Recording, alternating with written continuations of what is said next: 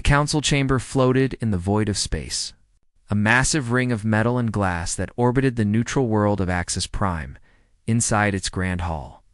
Representatives from 47 different species sat in their designated seats. Arranged in a perfect circle around the central platform, the air hummed with translation devices, converting thousands of different sounds into comprehensible speech for each listener ambassador. Giwan stood on the central platform with her colleague Minho beside her. They were the only humans in a room full of aliens. Some of the council members had scales, others had fur or feathers. A few were barely solid, their bodies shifting like water in contained fields. But despite their differences, they all looked at the two humans with the same expression: contempt. Giwan kept her face neutral. She had served in the military for 15 years before joining the diplomatic corps. She knew how to hide her emotions. Minho stood equally still beside her, his hands clasped behind his back in a relaxed pose that suggested comfort. Neither of them were comfortable. 3 months ago, humanity had achieved faster-than-light travel. 3 months ago, they had sent their first probe beyond the solar system. 3 months ago, they had discovered they were not alone in the universe. The Galactic Council had been waiting for them, or so they claimed. They had been monitoring Earth for decades, watching humanity develop, waiting for them to reach the stars. The first contact had been cordial enough, formal. The Council had invited Earth to send representatives for what they called integration.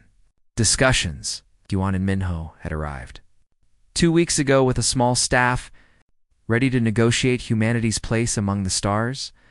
Those 2 weeks had been educational. Speaker Renthis rose from his seat. He was tall, nearly 8 feet, with dark green scales that caught the light.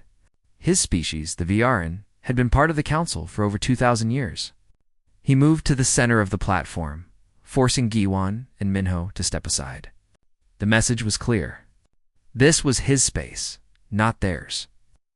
"We have reviewed Earth's technological development," Renthis said, his voice carrying easily through the chamber. "We have also reviewed your historical records." He paused, and several council members made sounds that the translators interpreted as laughter, quite violent for such a young species. Giwan said nothing. Minho remained still. Renthis activated a holographic display. Text began scrolling in the air, page after page of dense writing. "These are the requirements for Earth's integration into the Galactic Council. There are 47 items in total. I will summarize the most important ones." He gestured, and the text reorganized itself into bullet points. First, all faster-than-light technology must be shared with the Council immediately. Second, Earth will provide tribute in the form of raw materials. We calculate that 15% of your annual mineral extraction would be appropriate. Third, military vessels will be limited to defensive purposes only, with Council oversight on all designs. Fourth, colonization will be restricted to systems approved by the Council. Fifth, "Excuse me," Giwan said quietly. The chamber fell silent. Renthis turned to look at her, his eyes narrowing. "You interrupt a council speaker?" "I apologize," Giwan said, her tone suggesting she was not sorry at all. "I have a simple question. What does humanity receive in exchange for meeting these requirements?" Renthis stared at her for a long moment. Then he laughed. It was not a pleasant sound. Around the chamber, other council members joined in. The laughter echoed off the walls, amplified by dozens of different vocal systems. "What do you receive?" Renthis repeated, as if she had asked the most foolish question imaginable. "You receive the privilege of not being sanctioned. You receive the gift of council protection. You receive access to council, trade routes, and council knowledge. You receive the opportunity to learn from species far older and wiser than yourselves." "I see," Giwan said. "So humanity gives technology, resources, and sovereignty. The council gives permission for us to exist without punishment." The laughter stopped. Renthis's expression hardened. "That is one way to phrase it. Here is another way. Dozens of species have sat where you stand now. Some accepted our terms with grace, others did not. Those who refused were sanctioned, isolated, and eventually brought into compliance. Their suffering could have been avoided. I suggest you not follow their example, Counselor Thane spoke up from his seat. His species resembled insects, with multifaceted eyes and mandibles that clicked together when he spoke. The requirements are non-negotiable. We have refined this integration process over millennia. It ensures stability and peace throughout the galaxy. Peace, Minho said softly. It was the first word he had spoken in the chamber. That is an interesting choice of words. Thane's mandibles clicked rapidly. You question the Council's commitment to peace? No, Minho said. I am simply noting that your version of peace seems to require submission from younger species. Another counselor, Mora, shifted in her water-filled chamber. She had not spoken during any of the previous sessions, but Jiwan had noticed her watching the humans carefully. Unlike the others, Mora's expression was harder to read. Now she remained silent, but her large eyes tracked every movement. Vrenthis raised one clawed hand. Enough, the requirements have been presented. You have heard the consequences of refusal. I am feeling generous today, so I will give you 6 hours to consult with your government and return with Earth's acceptance. 6 hours? Jiwan asked. Speaker Vrenthis, Earth is 3 weeks away at our current FTL speeds. We requested 24 hours to send our recommendations and receive instructions. 6 hours, Vrenthis repeated. If you cannot make a decision in that time, then perhaps humanity is too primitive for Council membership after all. You may use the Council's long-range communications array if you wish. I am certain your leaders will see reason quickly enough. Juan looked at Minho. Something passed between them, a wordless communication born from years of working together. Minho gave the slightest nod. Very well, Gyuan said. 6 hours. We will return with Earth's response. They turned and walked toward the exit. Behind them, the council members began speaking among themselves, not bothering to keep their voices low. The translators picked up fragments of conversation. Primitive, stubborn, they will learn. They always do. As they left the chamber, Juan noticed Mora still watching them. The aquatic counselor's expression had changed slightly. If Jiwan had to name it, she would have called it concern. The door sealed behind them with a soft hiss. Minho waited until they were in the privacy of their shuttle before speaking. Well, that went exactly as we expected. Worse. Actually, Giwan said, accessing the encrypted communication channel to Earth. I thought they might at least pretend to negotiate. They are used to species that fear them, Minho observed. They have forgotten what it is like to deal with someone who does not. Giwan began composing her report. The council had given them 6 hours. They would need less than 1. Earth's response was already prepared. It had been prepared from the moment they read the first draft of the requirements a week ago. They had come to the council in peace, hoping for friendship. They had been offered slavery instead. Now it was time to show the council what humanity did when offered such choices. Exactly 6 hours later, Xuan and Minho returned to the council chamber. The representatives were waiting, their postures relaxed and confident. Vrenthis gestured for them to approach the central platform. G1 held a single sheet of paper. Physical paper, not a datapad. She wanted them to see how simple humanity's response was. Does Earth accept the requirements? Vrenthis asked. Oh, G1 said. She held up the paper. This is our government's complete response. I will read it now. We decline. All human personnel will withdraw from council space within 30 days. Consider all diplomatic channels closed. For a moment, there was absolute silence in the chamber. The silence lasted 3 full seconds. Then the council chamber exploded with noise. 47 different species began shouting at once, their voices merging into a wall of sound that the translation devices struggled to process. Vrenthis slammed his clawed hand on the platform, creating a sharp crack that cut through the chaos. You cannot be serious, he said, his voice dangerously quiet. You understand what you are refusing? You understand the consequences? Giwan folded the paper carefully and placed it on the platform. We understand perfectly. Humanity will not accept subjugation disguised as integration. We came here in good faith. You responded with demands and threats. We are choosing to leave. Leave. Counselor Thane's mandibles clicked rapidly. You foolish creatures. You think you can simply walk away? The Council controls all major trade routes. We have defense pacts with every civilized species. You will be isolated, alone in the darkness between stars. When your colonies begin to starve, when your economy collapses, you will come crawling back. And then our terms will be far less generous. Minho smiled. It was not a warm expression. That is certainly one possibility. We wish you well, Counselor. Vrenthis moved forward, towering over the two humans.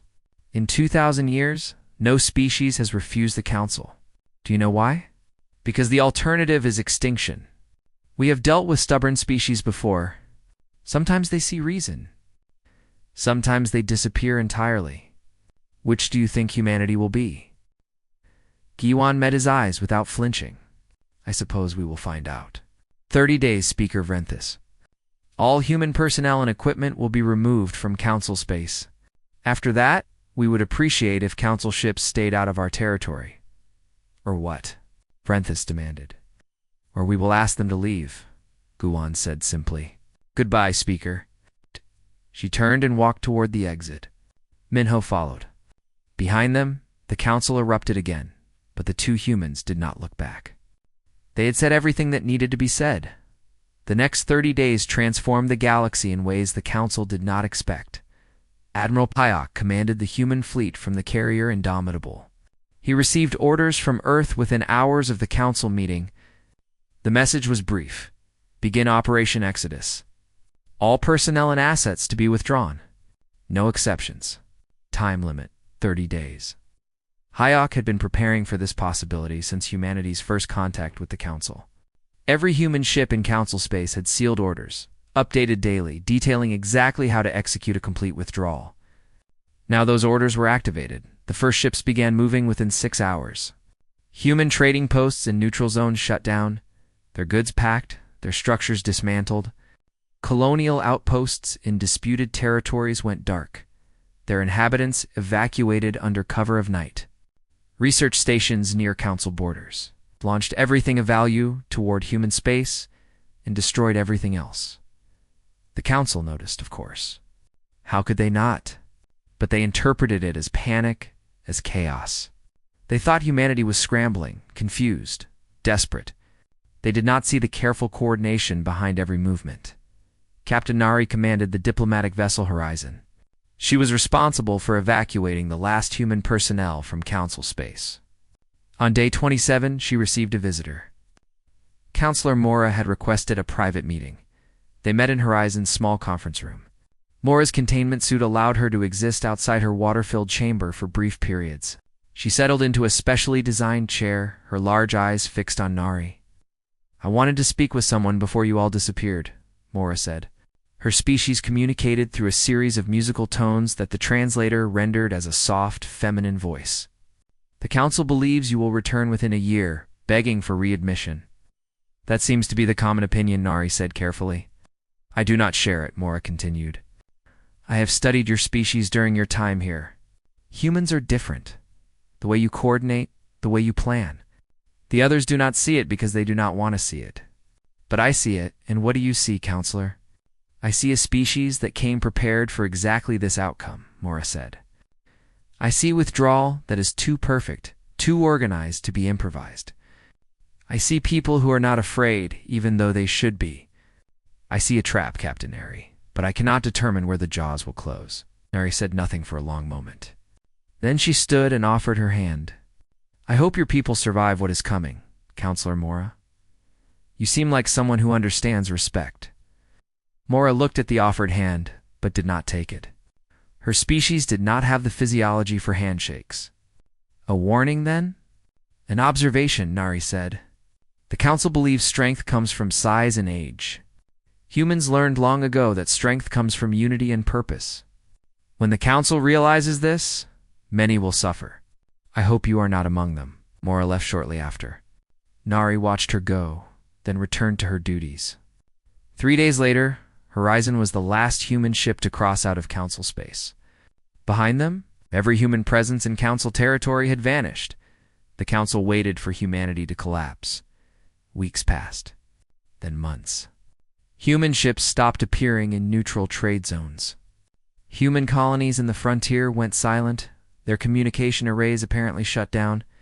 Every attempt to contact Earth directly was met with automated responses. Diplomatic relations are closed. Do not enter human territory. In the council chamber, Vrenthus addressed the assembled representatives with obvious satisfaction. As expected, the humans have isolated themselves. Their economy must be in ruins. Their colonies must be suffering. I estimate no more than 3 months before they send representatives begging for readmission. Councillor Thane was less certain. We sent a scout ship to observe the human frontier. It has not returned. Lost to navigation error, no doubt, Vrenthus said dismissively. Humans have only had FTL technology for a few months. Their space is probably a hazard zone. But privately, Thane ordered 3 more scout ships to investigate. None of them returned either. 6 months after the humans walked away, the council made its decision.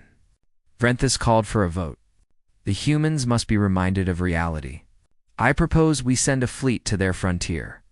Not to attack, but to demonstrate. They will see our power and understand their foolishness. The vote was nearly unanimous. Only Mora abstained. Fleet Admiral Koresh was chosen to lead the expedition. He was VRN like Speaker Vrenthus, and he shared the speaker's confidence. 200 ships, he declared to his officers. We will position ourselves at the human border and broadcast terms for their surrender. When they see our fleet, they will understand. The fleet departed from Axis Prime in a display of force meant to impress. 200 warships, representing a dozen different species, all moving in perfect formation. Koresh broadcast messages ahead of them, warning the humans of their approach. Giving them time to prepare their capitulation, they reached the human frontier on schedule. What they found waiting for them changed everything. The border was not empty. The border was not undefended. The entire frontier was a fortress. Automated defense platforms floated in precise grids. Thousands of them, covering every approach vector. Minefields extended for millions of kilometers, or patterns carefully designed to funnel any approaching fleet into kill zones. Sensor arrays tracked every ship, feeding data to targeting systems that moved with mechanical precision, and behind it all, waiting in perfect silence, were human ships. Not 200, not 500, over 1,000 vessels, arranged in battle formations that Koresh recognized from his military academy studies. They were formations designed during humanity's own wars, tactics developed through centuries of conflict. Koresh stared at the displays and felt something he had not experienced in decades. Fear. He opened a communication channel. This is Fleet Admiral Koresh of the Galactic Council. We come to negotiate terms, for the transmission was cut off. A new voice replaced it, calm and professional. This is Fleet Marshal Danby of the Human Defense Force. You are in violation of human territory. You have 30 seconds to reverse course. This is your only warning. Koresh's pride overrode his fear. We are a council fleet. You cannot threaten us. We demand the defense platforms opened fire. The battle, if it could be called that, lasted 4 minutes. The automated systems worked within human precision, targeting engines and weapon systems.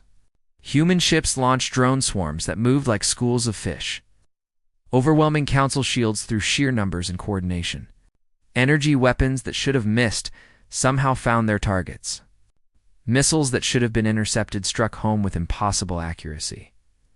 30. Council ships were disabled in the first 90 seconds. Koresh ordered a retreat. The fleet scattered, desperate to escape the kill zone. The humans let them go, their weapons falling silent as soon. As the council ships began their withdrawal, Koresh limped back to council. Space with a fleet that had lost 15% of its strength without destroying a single human vessel. Worse, they had not even been fighting humans. Most of the battle had been conducted by automated systems in the council chamber. The representatives sat in stunned silence as Koresh delivered his report. Even Vrenthus had no ready response. Thane's mandibles clicked nervously. They had time to prepare. They knew we would come. This was expected. Vrenthus slammed his hand on the council table. Impossible. No species could have predicted our terms with such accuracy. They are bluffing, building defenses from desperation. Mora's voice remained calm. Then explain how they constructed 1,000 warships and tens of thousands of defense platforms in 6 months. Explain how their tactics are so refined, so practiced. Explain how they knew exactly where to position everything. Lucky guesses, Thane said, though his mandibles betrayed his nervousness. Or perhaps they monitored our communications during their visit. We should send more ships, another counselor called out. Overwhelm their defenses with numbers.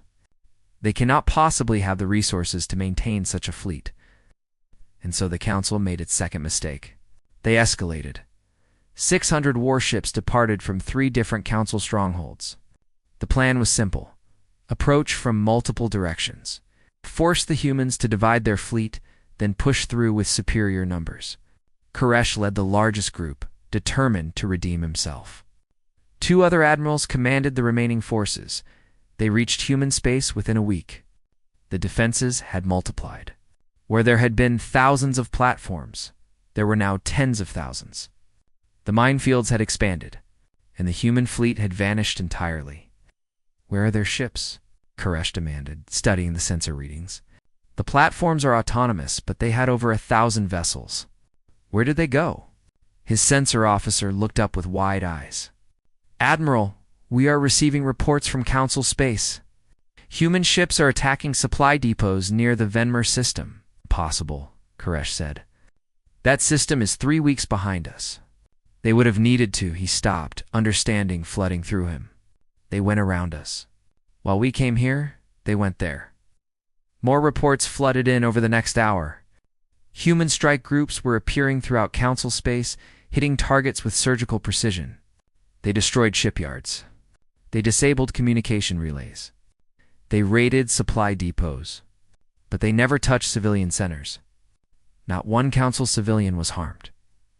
Commander Yuna led one of these strike groups. Her ship, the Retribution, dropped out of FTL near a Council military depot. The facility was massive, designed to resupply entire fleets. Its defenses activated immediately, but they were calibrated for known threats. They were not ready for human stealth technology. All ships, execute Pattern Hawk, Yuna ordered. Her fleet of 20 vessels split into groups of 4, each approaching from different vectors. They used active camouflage that bent light around their hulls. They flew with engines running cold, barely detectable. By the time the depot realized they were under attack, human marines were already boarding. The operation took 12 minutes. The humans downloaded every data file in the depot's computers, planted charges on critical equipment, and withdrew. The explosion was visible from 3 star systems away. No casualties, Yuna reported to her crew. The depot was automated. We are clear. Similar scenes played out across Council Space. Human forces struck 47 targets in a single day. Every target was military. Every target was chosen for maximum disruption, with minimum loss of life. And every target revealed the same disturbing truth humanity knew everything about. Council infrastructure and the Council chamber, panic had replaced arrogance. Representatives shouted over each other, demanding answers, demanding action, demanding someone explain how this had happened. Thane stood up, his voice cutting through the chaos. We have been deceived. The humans did not spend their time here in idle diplomacy. They mapped our networks. They identified our weaknesses. They studied our military doctrine. Everything we showed them, everything we said, was intelligence gathering. We told them exactly how to hurt us. Then we destroy them, Vrenthus roared. Recall all fleets. Gather every available ship. We will crush Earth itself. And how will you find it? Mora asked quietly. Everyone turned to look at her. The humans never shared the location of their homeworld. We know the general direction, but space is vast. Our scouts disappeared. Our fleets cannot catch their ships. Speaker Vrenthus, how exactly do you plan to attack an enemy you cannot find? The chamber fell silent. The truth was unavoidable. The Council had started a war with a species they knew almost nothing about. While that species apparently knew everything about them, Admiral Hayok sat in his command chair, aboard Indomitable, watching the tactical displays with satisfaction. Operation Exodus had been a feint. Operation Revelation was working perfectly. Every human ship that had withdrawn from Council space had actually repositioned for strategic strikes. Every colony that had gone dark was actually a forward operating base. Every communication blackout was cover for military coordination. Admiral, we are receiving a priority message from Fleet Marshal Danby, his communications officer reported. The Council fleet at our frontier is attempting to push through the defenses. Let them try, Hayok said. Our platforms have been updated with data from their previous attack. They will not get far. What is the status of Strike Group 7? Approaching the Axis Prime system? They report no resistance. Hayok nodded. It was time for the final demonstration. Time to show the Council what humanity was truly capable of. Fleet. Admiral Sunho commanded Strike Group 7. 400 ships. The largest human fleet ever assembled for a single operation. Their mission was simple: reach Axis Prime, disable all Council defensive forces, and deliver a message. They arrived in the Axis Prime system 3 days later. The Council had been warned of their approach. A defensive fleet of over 1,200 ships waited in orbit around the planet. Their weapons charged, their shields raised. It was the largest concentration of military force the Council could gather on short notice. Sunho. It's broadcast on all frequencies. This is Fleet Admiral Sunho of the Human Defense Force. This is a demonstration, not an attack. Stand down your weapons, and you will not be harmed. In the Council chamber, located on a space station orbiting Axis Prime, the representatives watched the displays in horror. Frenthis stood at the window, staring at the human fleet. They are outnumbered 3-1. They cannot possibly. All ships open fire. The Council Defense Coordinator ordered energy weapons lanced across the void. Missiles streaked toward human positions. For a moment it seemed the Council would overwhelm the attackers through sheer firepower. Then the human ships activated their defenses. Shields flared to life, but these were not like Council shields. They did not simply absorb energy. They redirected it, channeled it, used it to strengthen themselves. The more the Council ships fired, the stronger the human shields became. Energy weapons that should have torn through armor instead made the humans harder to kill, and then the humans returned fire. They did not use energy weapons. They used projectiles. Physical rounds accelerated to a fraction of light speed. Simple kinetic weapons that bypassed shields entirely. The Council ships, designed to fight enemies who used the same technology they did, had armor optimized for energy absorption. Against physical impacts, they were surprisingly fragile. The human fleet moved in perfect coordination. Every ship knew exactly where every other ship was positioned. They fired in sequences that maximized coverage while minimizing friendly fire risks. Their tactics were practiced, refined through simulations run thousands of times. Commander Yuna had joined Sunho's fleet for this operation. She watched the battle unfold on her displays and allowed herself a small smile. They are fighting us like we are them. They do not understand that we learn to fight ourselves, and humans are far more dangerous than they are. The battle lasted 48 minutes. At the end, every Council ship was disabled. Not destroyed, disabled. Their engines were dead. Their weapons were offline. Their shields were collapsed. But their life support remained functional. Their crews were alive. Not a single human ship had been lost. Sunho opened a communication channel to the Council chamber. His face appeared on every screen in the room. Members of the Galactic Council, you are unharmed, because we chose not to harm you. Your fleets are disabled because we chose to disable them rather than destroy them. We could have killed every being in this system. We did not. Do you understand why? Renthis stared at the screen, his expression blank with shock. He could not speak, Sunho continued. Humanity did not want this war. We wanted to join the galactic community as equals. You demanded our submission. When we refused, you threatened us. When we defended ourselves, you escalated. And now you see the results. We did not become a spacefaring species yesterday.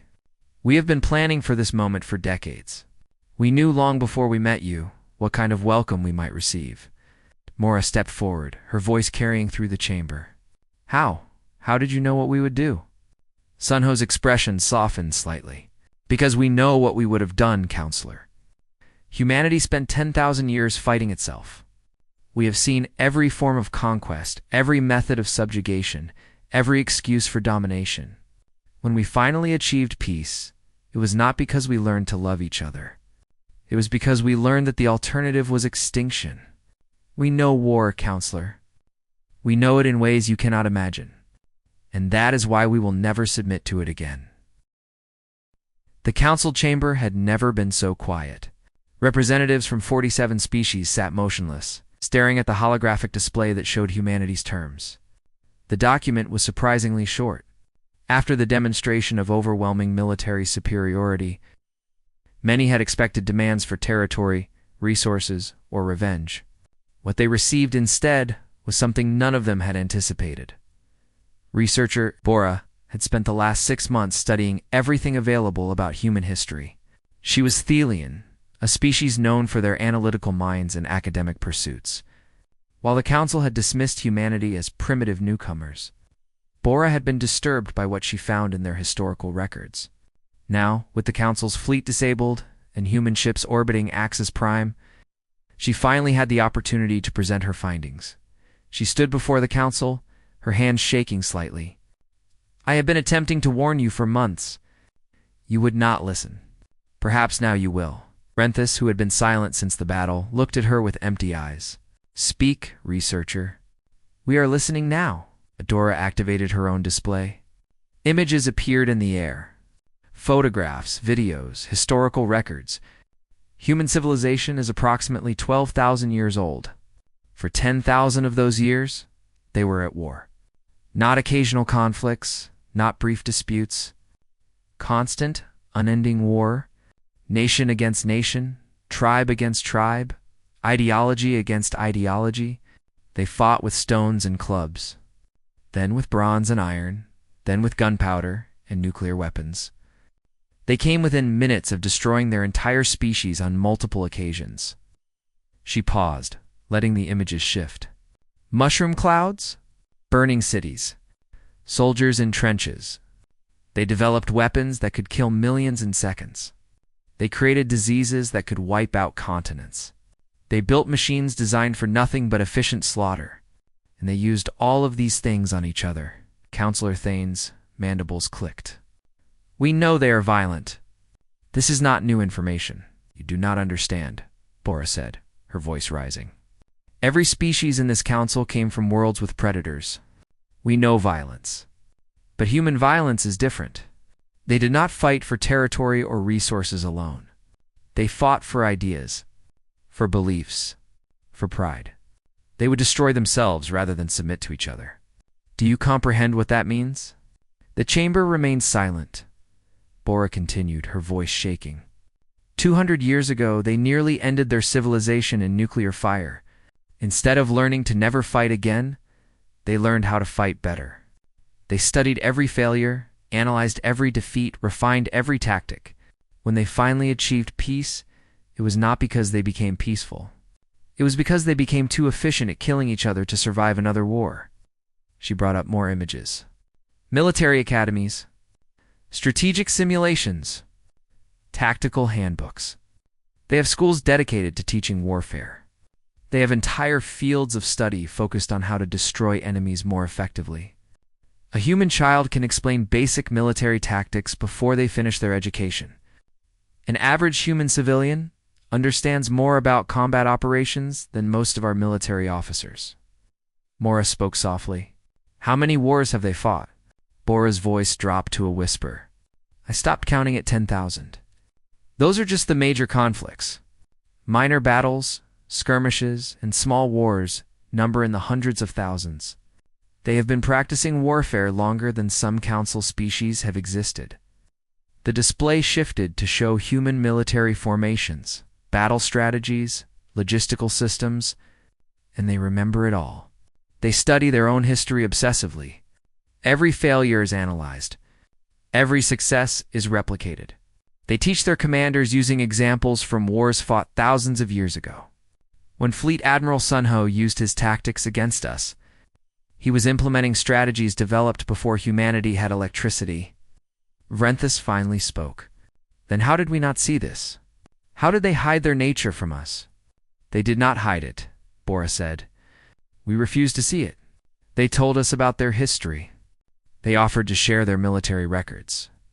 We dismissed it as primitive barbarism. We assumed any species that fought so much would be disorganized, chaotic, easy to control. We forgot that sometimes violence is organized. Sometimes it is calculated.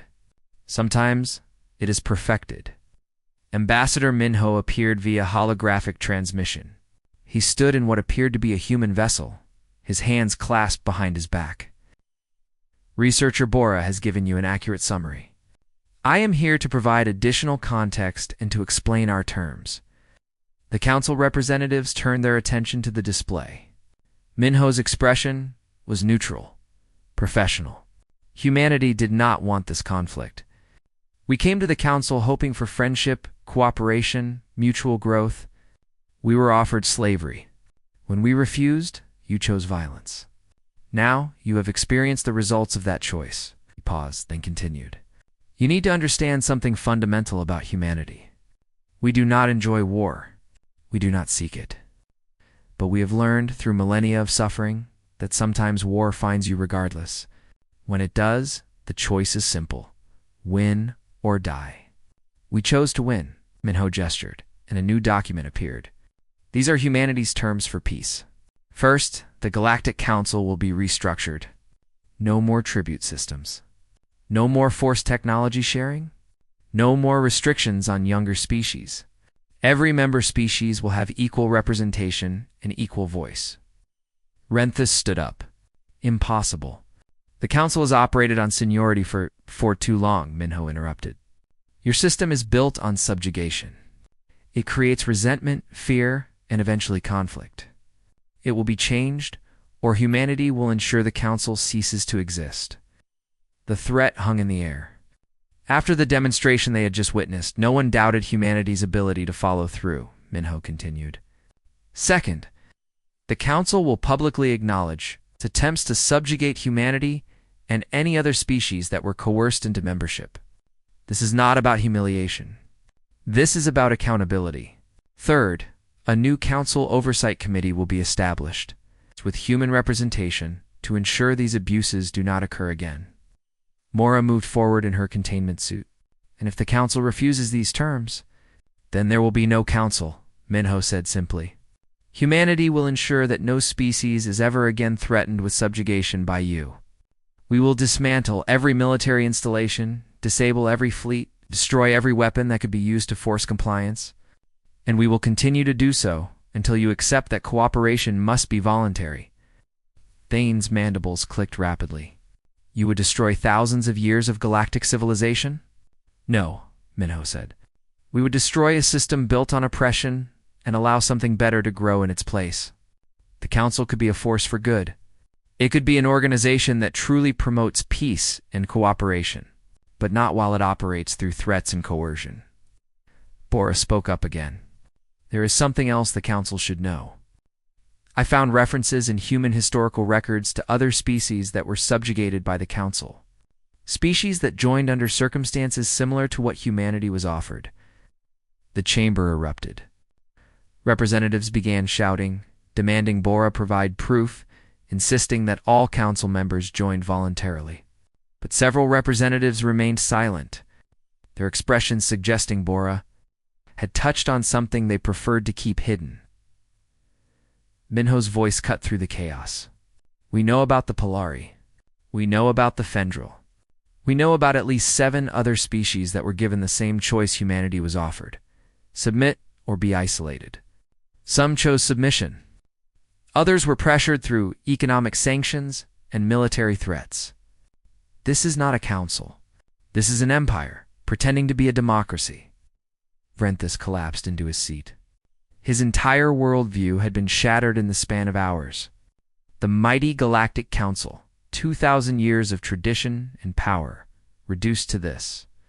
Defeated by a species they had dismissed as primitive, exposed by a researcher who simply read what they refused to see, Ambassador. Guan appeared beside Minho in the holographic display. We are not trying to destroy you. We are trying to save you from yourselves. Your system is unsustainable. Eventually, a species like humanity would appear someone strong enough to resist, smart enough to see through your lies, and angry enough to do something about it.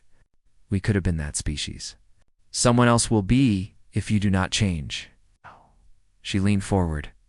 You have 48 hours to discuss our terms. At the end of that time, you will either accept them, propose reasonable modifications, or reject them. If you reject them, we will begin dismantling Council military capability. If you accept them, we will help you rebuild something better, something worthy of the word civilization. The transmission ended. The Council chamber remained silent for a long time. Finally, Mora spoke. I move that we accept humanity's terms and begin negotiations for the Council's restructuring. Seconded. Bora said immediately. The vote took 3 hours. In the end, it was 39 in favor, 5 opposed, 3 abstaining. Vrenthus was among those who abstained. Too broken to even vote against the dismantling of everything he had believed in. The Galactic Council, as it had existed for 2 millennia, was finished. Something new would rise in its place. Something built not on fear and coercion, but on respect and equality. 6 months had passed since the vote. The Council chamber looked different now. The grand circular design remained, but the hierarchy had been removed. Where once seats had been arranged by species seniority, they now formed a simple circle. Every representative sat at the same level. No one was above anyone else. Ambassador Jawan stood at the center of the chamber, but not alone. Beside her stood representatives from 12 other species, each chosen not by their government's age or military strength, but by vote of their people. This was the new Council Oversight Committee, and its first task had been the most difficult, acknowledging the truth. Chairperson Do Yan, a human selected by the restructured council to serve as neutral mediator, addressed the assembly. We gather today to formally mark the transition from the old council to the new. This process has been painful for many. It has required admissions that some found difficult to speak. But truth, no matter how uncomfortable, must be the foundation of any legitimate government. On the display behind him, names appeared. 43 species, dates, circumstances of their integration into the council. For some, the details were minor coercions. For others, the records revealed systematic pressure campaigns, economic warfare, and military threats. A representative from the Pellery delegation stood. His name was Welker, and his voice shook as he spoke. My people were told we joined the council voluntarily. I grew up believing we chose this path. 3 months ago, I read the actual historical records. The council blockaded our trade routes. They sanctioned our colonies. They gave us the same choice they gave humanity: submit or suffer. We submitted. I am standing here today to say we should not have. More representatives stood. One by one, species that had been silenced for decades or centuries found their voices. The Fendril, the Korathi, the Milletans. Each told similar stories. Each had been given the same ultimatum. Each had chosen survival over pride. Mora, now serving on the Oversight Committee alongside Jiwan, spoke when the testimonies ended. For too long, the council claimed to represent galactic civilization. In truth, we represented only ourselves. We enforced peace through threat of violence. We promoted cooperation through coercion. We told ourselves we were maintaining order, but we were simply maintaining our power. Former Speaker Vrenthus sat in the chamber, no longer a leader, but now simply a representative. He had been given the choice to retain his seat or resign in disgrace. He chose to stay, though it clearly pained him. When Mora finished speaking, he stood slowly. I spent 40 years believing I was serving the greater good, Vrenthus said. His voice lacked its former authority. I believed younger species needed guidance. I believed our system, though imperfect, prevented chaos. I was wrong. I offer no excuses. I can only say that power blinds those who hold it, and I was blind for far too long. Several representatives made sounds of acknowledgement, some of sympathy, some of satisfaction. The old order was truly ending. Chairperson Doyan continued. The new council charter has been ratified by all member species. I will summarize the key points. First, all species have equal representation regardless of age, size, or military strength. Second, membership is entirely voluntary. Any species may leave at any time without penalty. Third, the Council has no authority to demand tribute, technology, or military compliance from members. Fourth, Council security forces may only act with unanimous consent of all members. Fifth, decisions require either majority vote or consensus, depending on the nature of the issue. Councillor Thane, who had retained his position through the transition, spoke up. These rules make the Council weaker. We cannot respond quickly to threats. We cannot enforce standards. We are choosing principles over effectiveness. Guan responded calmly. We are choosing freedom over control, Councillor. Yes, the new Council is weaker in terms of raw power, but it is stronger in terms of legitimacy. No species will resent their membership. No species will plot rebellion. No species will need to defeat us in war to be treated as equals. Minho, standing beside Juan, added, Humanity learned this lesson at terrible cost. Strong governments that rule through fear eventually fall. Weak governments that rule through consent endure. We are building something that will last, not because it is powerful, but because it is just. The Council moved to its next task, applications for membership. Under the old system, species had to meet strict requirements and accept Council authority. Under the new system, they simply had to request admission and be accepted by majority vote. The list of applicants had grown dramatically. Ambassador Guiwan reviewed the names. 16 species have requested membership in the past 3 months. Most were afraid to approach the old council. They feared the cost of admission. Now they see an organization they actually want to join. One application drew particular attention. The Virith, a species that had been offered council membership 50 years ago and refused, now requested admission. Their representative, a being named Kelser, explained their reasoning. We watched the humans walk away from your threats, Kelser said. We watched them defend themselves when you attacked. We watched them win a war against an enemy with overwhelming numerical superiority. But most importantly, we watched what they did after they won. They did not conquer. They did not subjugate. They built something better. That is the council we wish to join. The vote was unanimous. The Viroth became the first species to join the new council. In the weeks that followed, other changes took shape. Human technology began flowing to council species, but through educational exchanges rather than forced transfers. Research teams collaborated on projects that benefited all members. Trade agreements were negotiated between equals rather than imposed by the powerful on the weak. Not everyone was happy with the changes. Some species, particularly those that had benefited from the old system, grumbled about lost privileges. But they stayed, because the alternative was isolation from an organization that now included humanity and its advanced technology. Earth became a hub of galactic activity, but not through conquest or coercion. It became a hub because humans had something everyone wanted: expertise in building cooperative systems from former enemies. Humans had spent 200 years transforming dozens of warring nations into a unified planetary government. Now they shared those hard-won lessons with species learning to work together as equals. Admiral Hayok, now retired from military service, taught courses on defense strategy at the new Galactic Defense Academy. His students came from 20 different species. Your goal is not to be able to defeat humanity in battle, he told them on the first day of class. Your goal is to never need to fight humanity in the first place. The strongest defense is making war unnecessary.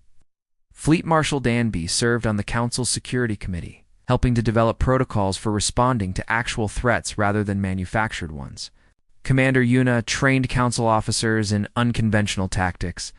Captain Nari led diplomatic missions to species considering Council membership and in the Council chamber. Ambassador Jiwan stood before the assembled representatives 1 year after the restructuring.